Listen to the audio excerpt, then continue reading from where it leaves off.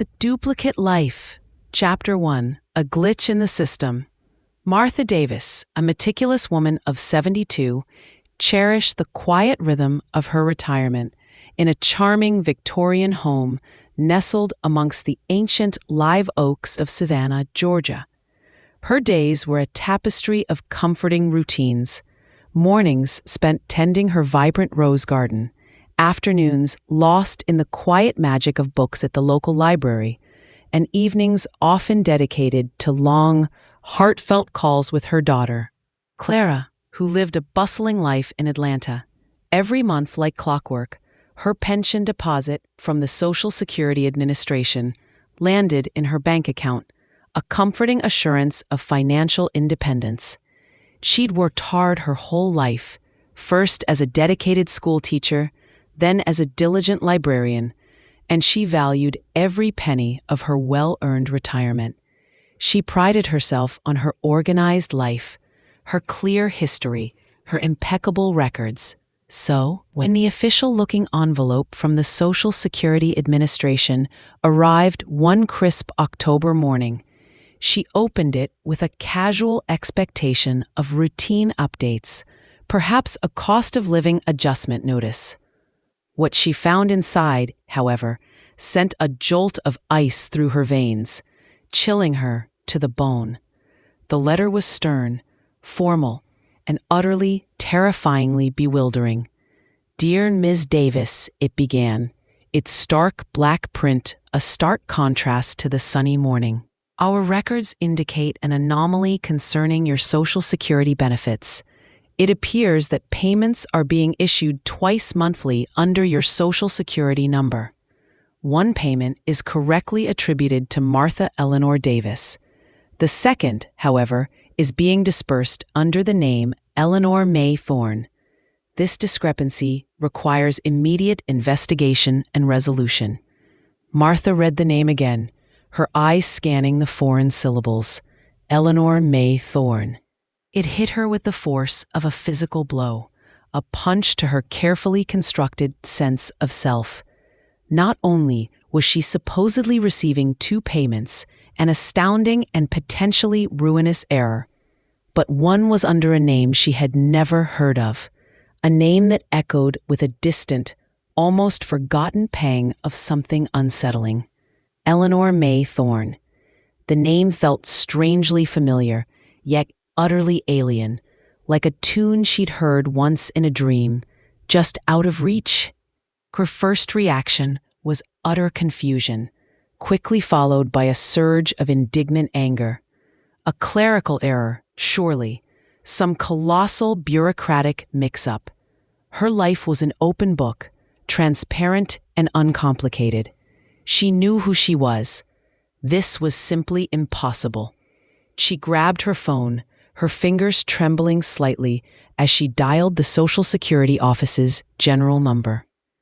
The representative, a calm and polite voice on the other end of the line, confirmed the letter's contents with disheartening precision. "Yes, Ms. Davis, our system indeed shows two active benefit streams linked to your SSN, one to Martha Eleanor Davis and one to Eleanor Mae Thorne. We need to investigate this urgently. Are you, by any chance, also known as Eleanor Mae Thorne?" "No," Martha exclaimed, the absurdity of the question making her chest tighten, her voice rising in disbelief. "My name is Martha Eleanor Davis. It always has been. My birth certificate, my marriage license, my entire life is under that name. I've never used any other name. This is a mistake. A huge, devastating mistake." The representative, seemingly accustomed to such distressed calls, explained the seriousness of the situation with a practiced calm that only served to heighten Martha's anxiety. Overpayments, if proven, would need to be repaid, potentially with interest. And then the chilling words, identity theft. "Identity theft is a distinct possibility, Ms. Davis.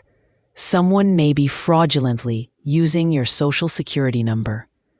The mention of identity theft sent a fresh wave of cold panic through Martha. Her life was meticulously organized, transparent, and uncomplicated. The thought of someone using her identity, let alone for fraudulent pension payments, was horrifying, a violation of her very being. But as the days bled into a restless week of frantic phone calls, frustrating bureaucratic dead ends, and sleepless nights, a different, more unsettling thought began to take root in Martha's mind. The name Eleanor Mae Thorne. It pricked at her memory, a faint, almost subconscious echo. She knew no one by that name, no close relatives, no distant acquaintances, no friends or colleagues. Yet it felt significant, persistent, like a half-forgotten melody playing on a loop in the back of her mind. She began to search her own past with a newfound urgency, meticulously sifting through old documents, dusty photo albums, forgotten keepsake boxes, anything that might hold a clue, however minute. She had been Martha Eleanor Davis her entire life, born and raised in Savannah, graduated with honors from Savannah High, married her late husband Thomas, here in the city's oldest chapel. Her birth certificate, her marriage license, her driver's license, her school records, every single piece of official documentation confirmed the singular identity of Martha Eleanor Davis. No other name appeared anywhere. Yet, the phantom name persisted. Eleanor Mae Thorne. One evening, unable to sleep, she resumed her search, delving into her mother's old keepsake box. Her mother, Elizabeth, had been gone for 20 years, a quiet, loving presence whose memories were now bittersweet. The box was a treasure trove of forgotten trinkets, pressed flowers from old dance corsages, tarnished silver thimbles, bundles of yellowed letters tied with faded ribbons. Martha had inherited it after her mother's passing, storing it away, too consumed by grief at the time to sort through its contents properly. Now, a strange, undeniable intuition urged her to revisit its depths.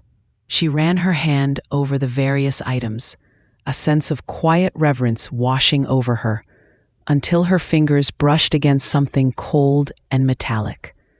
Tucked beneath a bundle of delicate lace doilies and a small collection of antique buttons was a tiny, tarnished silver locket. It was unlike anything she recognized from her mother's usual jewelry, which tended towards practical gold and simple pearls. This was intricate, almost Victorian in its design, clearly very old. Curiosity, now piqued beyond measure by the baffling Social Security situation, spurred her on. Martha's fingers, trembling slightly, fumbled with the tiny clasp. The locket snapped open with a faint click. Inside, nestled against faded velvet, was not a lock of hair or a miniature portrait, but a tiny, intricately folded piece of brittle paper. And beneath it, a miniature, sepia-toned photograph, so small it barely filled the locket's frame. Martha's breath hitched. Her fingers, suddenly clumsy, trembled as she unfolded the paper. It was a fragment of a letter, written in a delicate, unfamiliar hand, the script flowing and elegant, yet hesitant in places. The ink was faded to a pale brown, but a single, chilling sentence stood out, stark and unsettling, as if illuminated by an unseen light. Eleanor, my darling May, this is the only way to keep you safe. Your father would want you to have a life, a real life. Martha's breath hitched again, caught in her throat. Eleanor Mae. Her mother had never used those names for anyone. Her mother's name was Elizabeth. Her father was Frank. Who was this letter to? Whose darling May? And the photograph, Her gaze fell upon the miniature image. It was a woman, young, perhaps in her early 20s, with a haunted, desperate look in her eyes, and in her arms, swaddled tightly in a thin blanket, was an infant. The infant had a distinctive mark on its temple, a small, dark, butterfly-shaped birthmark, barely visible but undeniably present. Martha felt a sickening lurch in her stomach, a cold wave washing over her. A birthmark. She had one. A butterfly-shaped mark, faded now to a faint shadow, but still visible on her left temple, precisely where the infant's was in the photograph.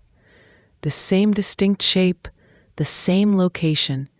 A cold dread spread through her, deeper and more profound than any fear of bureaucratic error or identity theft.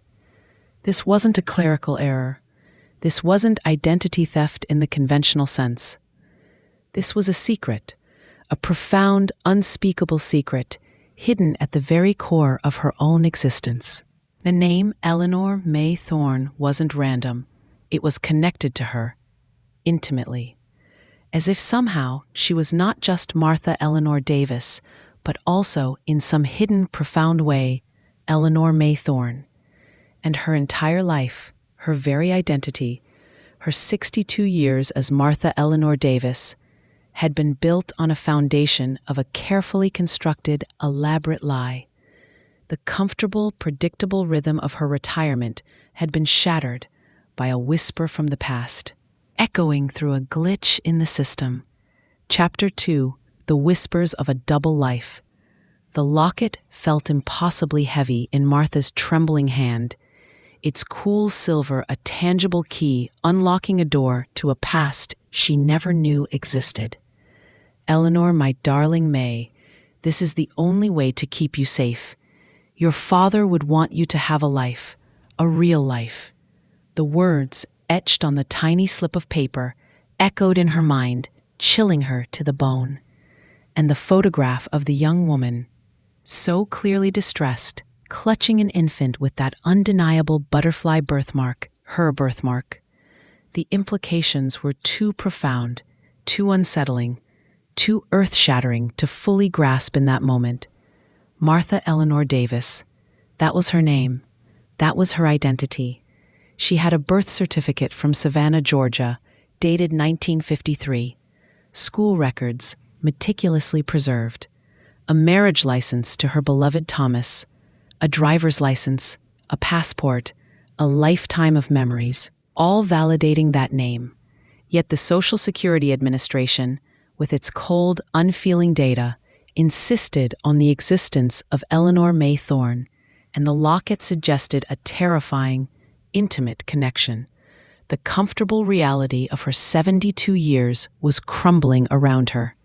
A frantic, desperate search began. She scoured old family documents with a new, terrifying lens, hoping to find some anomaly, some forgotten clue.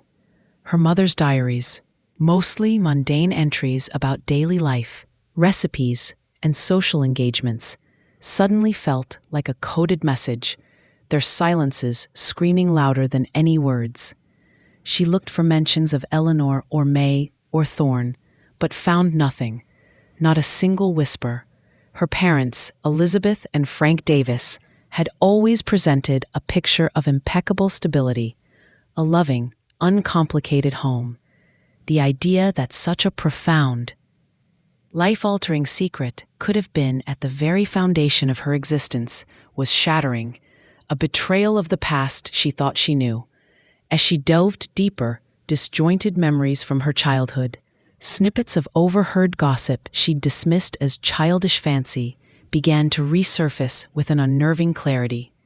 Whispers about her mother, Elizabeth, being delicate after a long illness before Martha was born. Vague references to a mysterious period when Elizabeth had gone to stay with distant relatives in a remote, mountainous part of North Carolina, returning many months later, seemingly recovered, but with a new quietness about her. Martha had always accepted the simple, comforting narrative of a mother overcoming a health struggle. Now, it resonated with a new, ominous meaning, a dark undercurrent of deliberate deception, driven by an insatiable need for answers. For the true story of her life, Martha decided to confront the oldest living member of her family, her mother's only sister, Aunt Beatrice. Aunt Beatrice, now frail and in her late 90s, resided in a quiet nursing home nestled in the rolling hills of Chapel Hill, North Carolina. Her memory was notoriously selective, often skipping over recent events, but Martha desperately hoped the urgency and profound nature of her quest would pierce through the fog of age and time. The drive to Chapel Hill felt interminable, each mile stretching the chasm between the life Martha thought she knew and the terrifying possibility of a hidden truth. The familiar landscapes of Georgia and North Carolina blurred past her window, but her mind was fixed on the unsettling revelation.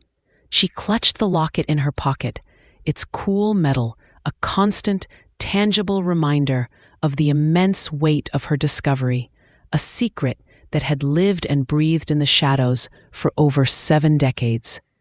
She found Aunt Beatrice in the sunlit common room of the nursing home, her hands resting quietly on a book, her eyes surprisingly lucid and alert as Martha approached. Taking a deep, fortifying breath, Martha laid the locket, the tiny photograph, and the fragment of the letter on the small table between them. "Aunt Beatrice," she began, her voice trembling slightly, betraying the calm she tried to project. "Do you recognize this woman, or this name? Eleanor Mae Thorne?" Aunt Beatrice's eyes, usually placid, widened visibly. Her gaze fell upon the locket. Then she picked it up, her fingers, gnarled with age, but still surprisingly nimble, trembling as she opened it. Her eyes fixed on the miniature photograph, then drifted to the faded note. A profound, shuddering sigh escaped her lips, a sound heavy with decades of unspoken sorrow, of carefully guarded pain. "Eleanor Mae," she whispered, her voice barely audible, thick with emotion. "My poor sister, my poor brave Elizabeth." Martha felt a sickening lurch in her stomach. "Elizabeth? Mother?" she choked out, the words barely a whisper. Aunt Beatrice nodded slowly, her gaze meeting Martha's, her own eyes welling with tears that tracked slow paths down her wrinkled cheeks. "Yes, Martha, your mother. This is a secret she carried to her grave, a secret she believed protected you more than anything in this world."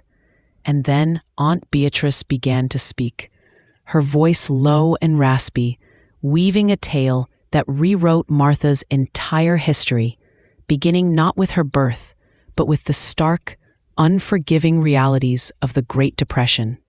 The story unfolded like a tragic, forgotten play, revealing layers of love, loss, and desperate choices. Your mother, Elizabeth, was deeply, madly in love with a young man named Charles Thorne. Aunt Beatrice began, her eyes distant, lost in the sepia tones of the past. He was a charming, passionate man, full of dreams, but he came from a poor, unschooled family of tenant farmers. Your grandparents, my parents, were stern and proper people, deeply concerned with appearances and their standing in the community. They vehemently disapproved of Charles. They wanted Elizabeth to marry a respectable man with property, a good name, someone who could offer security in those uncertain times. But Elizabeth, she was headstrong, defiant. She listened to her heart. She and Charles were secretly engaged, planning to run away and marry as soon as he could establish himself. Martha listened, mesmerized, the pieces of a tragic, long-buried puzzle slowly, agonizingly falling into place. The familiar world she had known was dissolving, replaced by a darker, more complex reality. In 1932, at the height of the Depression, Charles found work with the Civilian Conservation Corps. Aunt Beatrice continued, her voice gaining a quiet intensity. He was sent to build roads in the remote, rugged mountains of western North Carolina. It was hard work, back-breaking labor, but it paid. It was their chance. Elizabeth, against her parents' wishes, and under the guise of visiting distant relatives, went to visit him there. She wanted to tell him something important, something life-changing. Aunt Beatrice paused, her gaze fixing on Martha, her eyes piercing through time. She was pregnant. "With you," Martha gasped, a cold dread seizing her, a wave of nausea washing over her. The implications were clear. They planned to marry immediately, as soon as Charles could get leave, despite her parents' certain condemnation, Aunt Beatrice said, her voice laced with the bitterness of past injustice. But then a tragedy struck, a catastrophic rock slide in the mountains. Charles, he was killed instantly, crushed by falling stone. Elizabeth was utterly heartbroken, devastated, and pregnant, alone.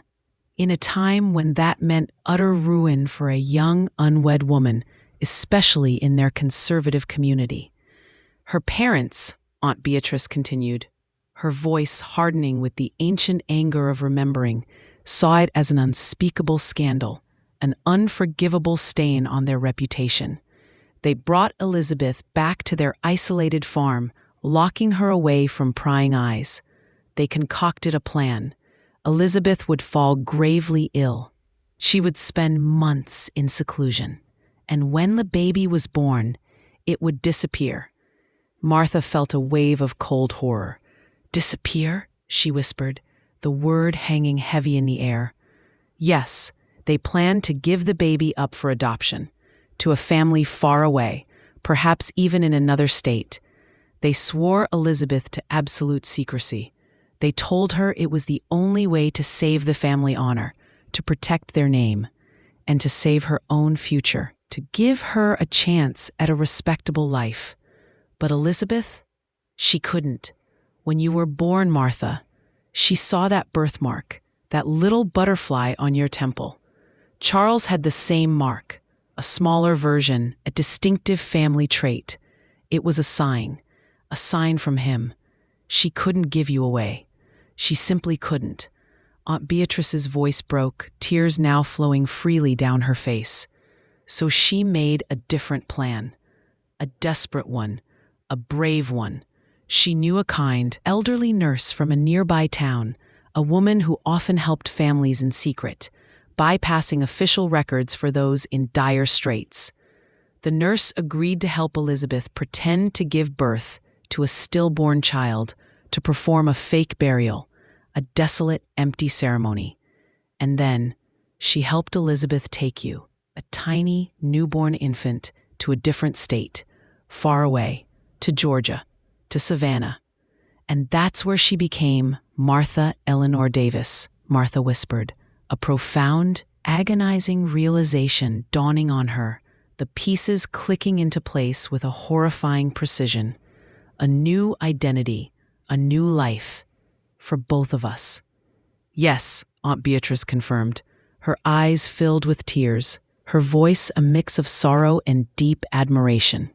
She found a small, grieving family in Savannah, the Davises, who had recently lost their own infant daughter, a Martha Eleanor.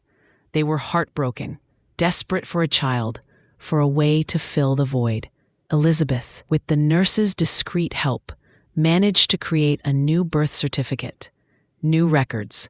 She became their daughter, returning home to Savannah after a long illness, with a baby they adopted as their own. It was a dangerous, daring act, a secret kept by only a few trusted souls, a handful of people who carried the weight of that lie for a lifetime. But the name, Martha pressed, her voice raw with emotion. Eleanor Mae Thorne. Where did that come from? Why that name? Eleanor Mae. That was the name Charles, your real father, had chosen for you. If you were a girl, Aunt Beatrice explained, her voice softening, a tender ache in her tone. It was his mother's name, and a name he cherished deeply. So when Elizabeth was forced to create your false identity, when she had to choose a new name that would allow you to exist, to live, she chose Martha Eleanor. She kept a part of his chosen name for you, a silent tribute to your true father, a hidden link to him. And Thorne, of course, that was his surname. She must have maintained some secret record of your true identity. For you, for Charles's memory, perhaps for your future, hoping that one day, somehow, the truth would find its way to you. The locket's inscription, the chilling Social Security revelation, the ghost of Eleanor Mae Thorne. It all made devastating, horrifying, and profoundly beautiful sense. Martha Eleanor Davis was a carefully constructed facade, a new identity built on a foundation of loss, grief, profound love, and a desperate act of courage. She wasn't just Martha. She was, in the heart of her biological mother and father, Eleanor Mae Thorne. And the dual payments were not identity theft in the conventional sense, not a fraud perpetrated by an unknown entity, but a strange, digital echo of a life deliberately hidden. Two identities tied inextricably to one soul. Martha's entire life was a living secret, one she had unconsciously been a part of for 72 years. She had to find out more. She had to understand the depths of her mother's sacrifice. She had to finally know the real story of Eleanor Mae Thorne. Chapter 3: The Ghost in the Machine. The revelation of her true origins, not simply Martha Eleanor Davis, but Eleanor Mae Thorne, daughter of a forbidden love and a tragic loss, reverberated through Martha's entire being, shaking the very foundations of her perceived reality. Her identity, the very bedrock of her existence for 72 years, had been a carefully constructed narrative, a lifetime lived under a name bestowed upon her not at birth, but by necessity and a mother's desperate, defiant love. The Social Security anomaly, a glitch in the vast, impersonal digital fabric of government records, was merely the echo of a profound, flesh-and-blood secret that had spanned generations. Aunt Beatrice, weary from recounting such a painful, long-held story, but resolute in her decision to finally share the truth, offered what little more she knew. Elizabeth, Martha's biological mother, had lived every day in constant fear of discovery. She had raised Martha as Martha Eleanor Davis, showering her with love and unwavering devotion, but always with an undercurrent of unspoken anxiety. She never spoke of Charles Thorne, never acknowledged the past that had shaped her so profoundly. The immense weight of the secret had undeniably shaped Elizabeth, making her careful, private, often withdrawn. The other parents, the Davises, who had ostensibly adopted Martha, were complicit in the deception, driven by their own profound grief and desperate desire for a child. They, too, carried the secret until their deaths, their silence a testament to the collective agreement to protect Elizabeth and Martha. Martha's head swam with a fresh torrent of questions. How? In this age of advanced technology, had the Social Security Administration tied two different names to her single, unique Social Security number? Why now, after all these years, after decades of seamless payments under Martha Eleanor Davis? It felt almost supernatural, as if the universe itself was demanding that the truth finally be unearthed, that the hidden identity of Eleanor Mae Thorne be acknowledged. With a newfound determination, Martha revisited the Social Security office, no longer just a bewildered citizen, but a woman armed with a deeply personal, harrowing story. She clutched the locket, the fragment of the letter, and the faded photograph of her birth mother, and the infant with the butterfly mark. This time, she wasn't simply requesting information. She was laying bare her entire existence. She spoke with a senior caseworker, a kind but initially perplexed woman named Miss Evans, who had been assigned to delve deeper into her baffling case. "Miss Davis," Miss Evans began, reviewing Martha's thick, intricate file on her computer, her brow furrowed in concentration. "This is highly unusual, to say the least.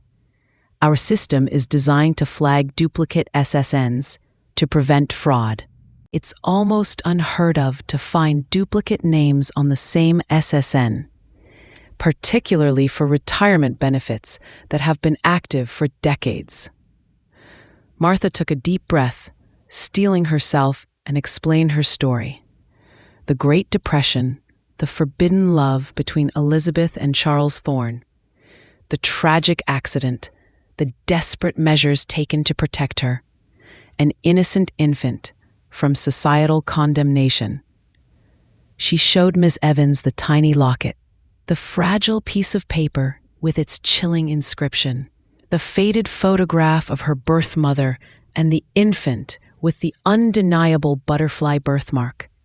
She spoke of Aunt Beatrice's tearful confession, of the two families intertwined by a shared, silent burden.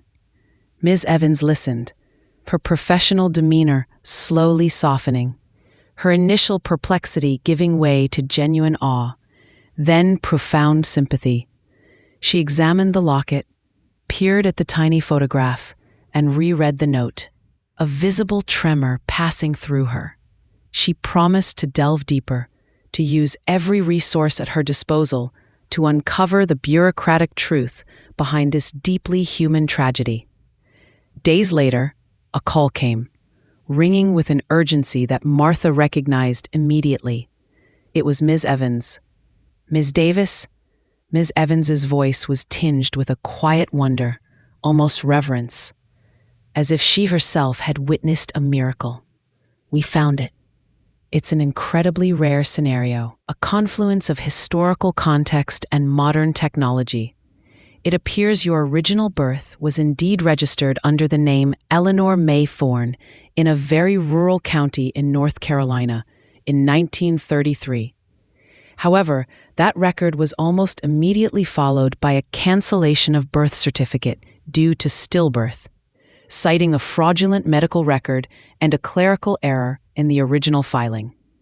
Then, a few months later, a birth certificate for Martha Eleanor Davis was issued in Savannah, Georgia, with the exact same birth date, but crucially, different parentage listed. Martha held her breath, every word a confirmation of her aunt's harrowing tale.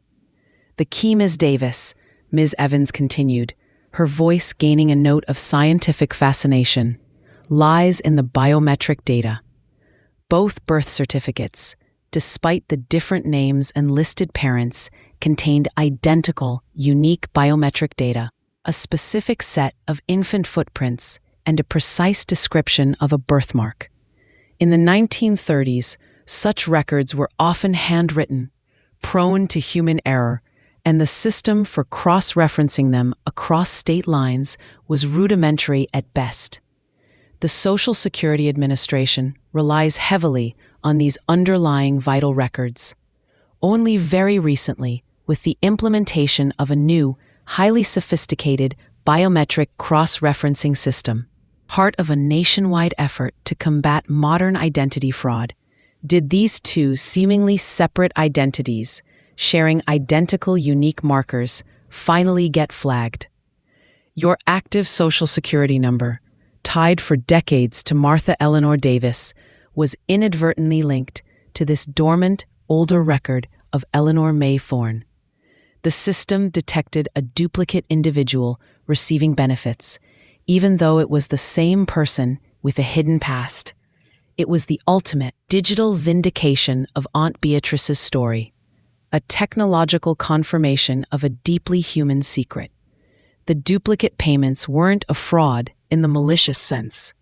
They were the ghost of an erased identity, a system finally catching up to a truth buried for 72 years. Eleanor Mae Thorne's identity had been dormant, a phantom limb on the bureaucratic body of records, until a new algorithm designed to prevent modern-day deception inadvertently resurrected her. The Social Security Administration, understanding the unique, heartbreaking circumstances and the absence of any malicious intent, worked with Martha with unprecedented speed and compassion. They officially merged the two identities, clarifying her legal status and ensuring her benefits would continue without issue, now acknowledging her full, complex history. The overpayment under the name Eleanor Mae Thorne was forgiven entirely. It was deemed not fraud, but the inadvertent payment to a past self, a self that had technically existed in the official records, hidden from view until now. Martha felt an immense wave of relief, followed by a deeper sense of peace. The fear of financial ruin had lifted, replaced by a profound sense of validation. With the legal and financial anxieties alleviated, Martha's focus shifted completely. She needed to know more about Charles Thorne, her biological father. She needed to honor his memory, to understand the man whose brief life and profound love had set in motion the extraordinary circumstances of her own. And she needed to fully acknowledge and honor her mother Elizabeth's immense sacrifice. She began a meticulous genealogical search, no longer just out of curiosity, but out of a deep-seated need for connection and understanding. She traveled to the dusty county courthouses and historical societies in the remote corners of western North Carolina, where Charles Thorne had lived and died.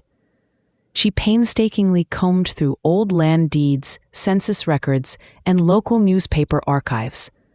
She found records of his family, simple tenant farmers, honest and hard-working people, eking out a living in harsh times.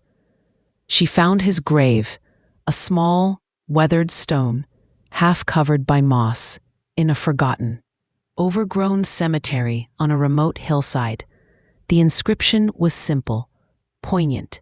Charles Thorne, beloved son, taken too soon. 1910 to 1933. Standing by his grave, the mountain wind whispering through the pines, Martha felt a profound, almost spiritual connection, a tangible link to the man whose brief life and tragic death had shaped her own in ways she could never have imagined. She traced the letters of his name with her fingertips, tears blurring her vision, a mix of sorrow for his lost potential and gratitude for the gift of her life, given in defiance of impossible odds. She learned of his passion for building, his strong work ethic, his dreams of a better life for himself and Elizabeth. She found old, formal newspaper clippings detailing the Civilian Conservation Corps accident, the names of the men lost, including Charles Thorne. A life cut brutally short, yet whose love had created hers, whose spirit had lived on, hidden within her. The deeper she delved into his history, the more she understood the incredible risks her mother Elizabeth had taken. To defy her parents, to keep her child, to forge a new identity in such a desperate, judgmental era, it was an act of raw, immense courage that truly staggered Martha. Her mother, whom she had always seen as quiet, somewhat timid, and prone to anxieties, was revealed as a woman of immense strength, defiant love, and an unyielding will. Martha also extended her search to any living relatives of Charles Thorne. Through distant census records, old land deeds, and local historical societies, she found faint traces of Thorne family descendants still in the area, tucked away in the very mountains where Charles had lived and died. She reached out carefully, cautiously, sharing her incredible, almost unbelievable story.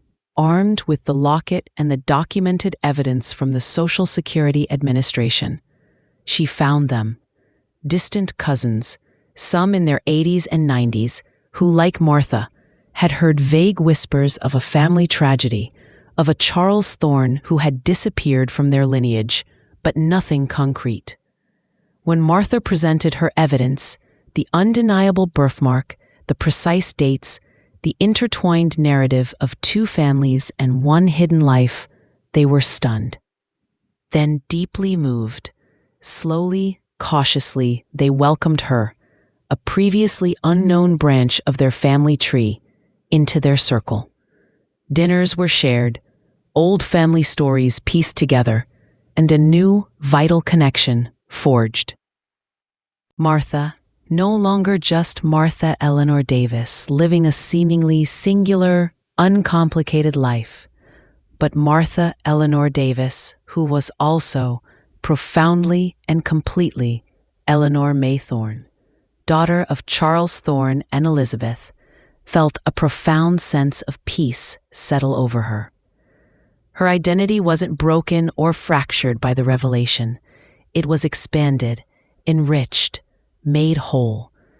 The duplicate payments, the bureaucratic glitch that had initially caused such alarm, had become the unlikely catalyst for a journey of self-discovery that healed a multi-generational wound and illuminated the forgotten love stories that underpinned her existence. She now carried the full, complex truth of her origins, a testament to a love that defied tragedy, a secret that defied time, and a mother's sacrifice that defined her life.